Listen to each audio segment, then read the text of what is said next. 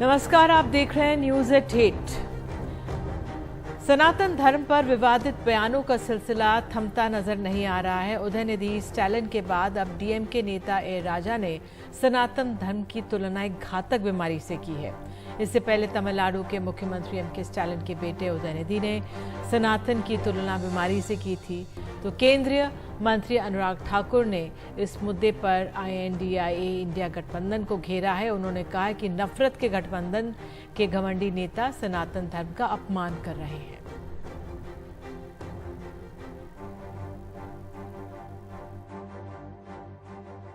उदयनिधि नम्र थे जब उन्होंने कहा कि सनातन धर्म को मलेरिया, डेंगू और कोरोना की तरह खत्म करने की जरूरत है। मलेरिया और डेंगू के साथ ना तो नफरत की भावना जुड़ी है और ना ही उन्हें सामाजिक अपमान माना जाता है। पहले कुष्ठ रोग और हाल ही में HIV को नफरत की निगाह से देखा जाता था। जहां तक हमारी बात है, सनातन धर्म एक ऐसी बीमारी के रूप में देखा जाना चाहिए जो HIV और कुष्ठ रोग की तरह एक सामाजिक कलंक है। श्रीमान राहुल गांधी जी की नफरत की दुकान में जो नफरती सामान है वो एक घमंडिया गठबंधन के नेता बेच रहे हैं। एक के बाद दूसरा हिंदू समाज को, हिंदू धर्म को और सनातन धर्म को अपमानित करने का कार्य कर रहे हैं। ये देश कभी स्वीकार नहीं करेगा। लेकिन सवाल ये खड़ा होता है कि श्रीमान राहुल गांधी कहां सो रहे हैं? जागिए राहुल जी, ये नफरत का बाजार जो आप फैला रहे हैं, देश से माफी मांगने का समय आया है। आप देश को बताइए, क्या इनके बयानों से आप सहमत हैं? क्या घमंडिया गठबंधन के नेताओं को देश से माफी नहीं मांगनी चाहिए? और कांग्रेस का हाथ इस नफरती नेताओं के साथ क्यों है? उधर सनातन धर्म पर विवादित टिप्पणियों का मामला अब सुप्रीम कोर्ट पहुंच गया है। सुप्रीम कोर्ट में एक याचिका दाखिल की गई है जिसमें उदयनिधि स्टालिन और ए राजा के खिलाफ FIR दर्ज करने की मांग की गई है। साथ ही दिल्ली और चेन्नई पुलिस के आयुक्तों के खिलाफ अवमानना कार्रवाई की मांग भी की गई है।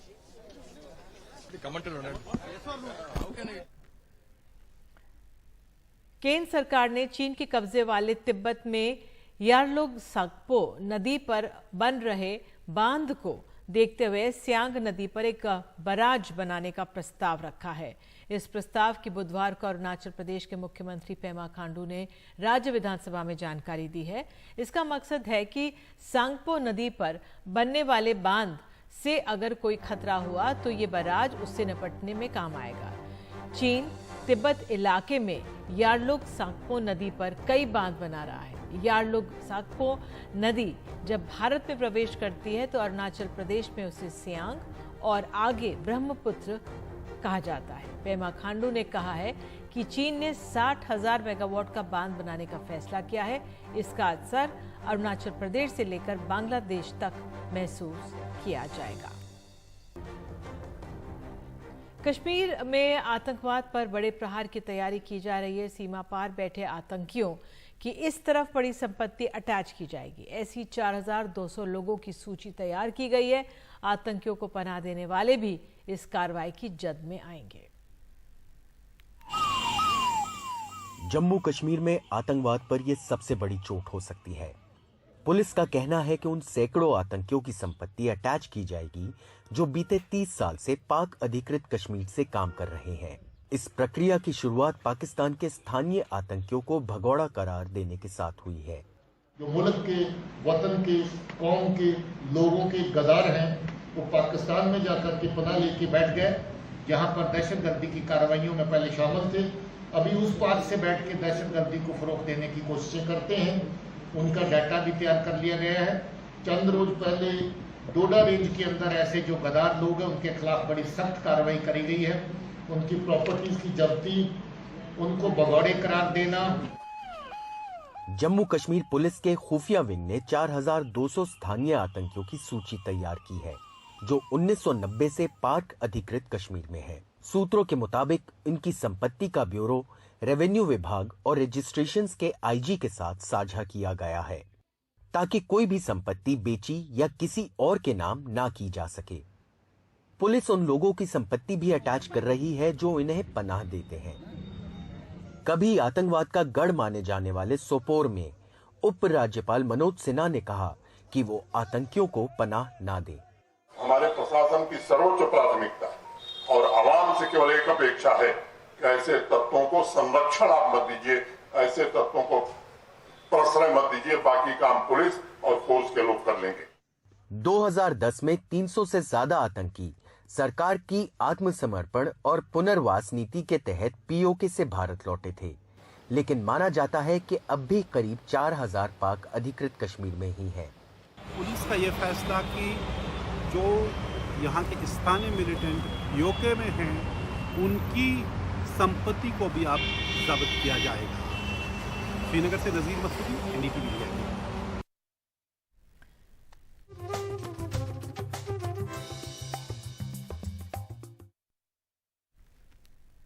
और आपको बता दें, दुनिया की 20 सबसे ताकतवर देशों के समूह G20 शिखर सम्मेलन के लिए दिल्ली पूरी तरह से तैयार हो चुकी है। 9 और 10 सितंबर को होने जा रहे सम्मेलन के लिए जबरदस्त सुरक्षा के इंतजाम किए गए हैं। विदेशी मेहमानों की सुरक्षा के लिए दिल्ली के एक बड़े इलाके को छावनी में तब्दील कर दिया गया है। हेलीकॉप्टर्स और ड्रोन से लगातार निगरानी की जा रही है। DRDO के काउंटर ड्रोन सिस्टम को भी दिल्ली में डिप्लोमेटिक एनक्लेव में तैनात किया गया है। काउंटर ड्रोन सिस्टम में ड्रोन्स का पता लगाकर उन्हें नष्ट करने की क्षमता है। दिल्ली पुलिस भी चप्पे चप्पे पर नजर है। दिल्ली के राजघाट इलाके में दिल्ली पुलिस के जवान ट्रैक्टर पर सवार होकर पेट्रोलिंग कर रहे हैं। वहीं यमुना में पुलिस के जवान बोट के जरिए सुरक्षा सुनिश्चित कर रहे हैं। राष्ट्रीय स्वयंसेवक संघ के प्रमुख मोहन भागवत ने आरक्षण को लेकर बड़ा बयान दिया है। उन्होंने साफ कहा है कि जब तक समाज में भेदभाव है तब तक आरक्षण जारी रहना चाहिए और संविधान में दिए गए आरक्षण का संघ समर्थन करता है। मोहन भागवत नागपुर में कार्यक्रम में बोल रहे थे, जहां उन्होंने कहा कि आरक्षण केवल वित्तीय या राजनीतिक समानता सुनिश्चित करने के लिए नहीं, बल्कि सम्मान देने के लिए भी है।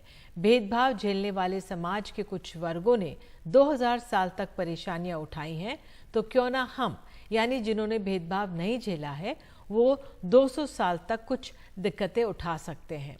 और जब तक हम उन्हें समानता नहीं दे देते तब तक कुछ विशेष उपचार तो होना ही चाहिए और आरक्षण उनमें से एक है।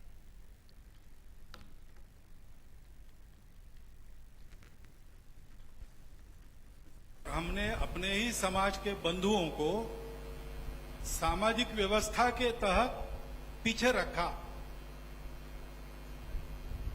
उनका जीना पशु समान हो गया तो हमने चिंता नहीं की, और ऐसा कम से कम 2000 वर्ष चला ही है। धीरे धीरे उनको अपने बराबरी में लाने तक उनको कुछ विशेष उपाय करने पड़ेंगे। ऐसा वो आरक्षण लागू किया है। इसलिए जब तक वो भेदभाव है तब तक उसको चालू रहना चाहिए। संविधान सम्मत जितना आरक्षण है उसको हम संघ के लोग तो पूरा समर्थन देते हैं। और अब बात अपने पर्यावरण की। बदलते मौसम की। दुनिया भर में अगस्त महीने में गर्मी का रिकॉर्ड टूट गया है। 2016 के बाद 2023 सबसे गर्म साल है। हालांकि अभी भी इस साल के 3.5 महीने से ज़्यादा बचे हुए हैं, तो हो सकता है कि ये साल सबसे गर्म साल हो जाए।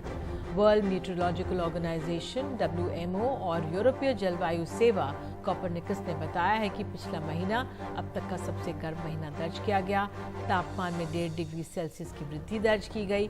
वहीं ये भी कहा गया कि अगर अगस्त 2023 को छोड़ दें तो अगस्त 2023 अब तक सबसे गर्म महीना भी है।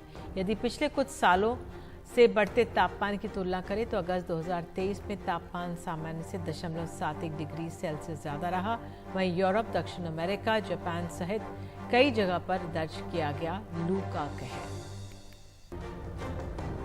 और उत्तराखंड से जानकारी यह है कि सितंबर की गर्मी उत्तराखंड में बिल्कुल रिकॉर्ड तोड़ने जा रही है। इस साल सितंबर का तापमान पिछले 10 सालों में सितंबर के सामान्य तापमान से करीब 5 डिग्री सेल्सियस ज़्यादा रिकॉर्ड किया गया।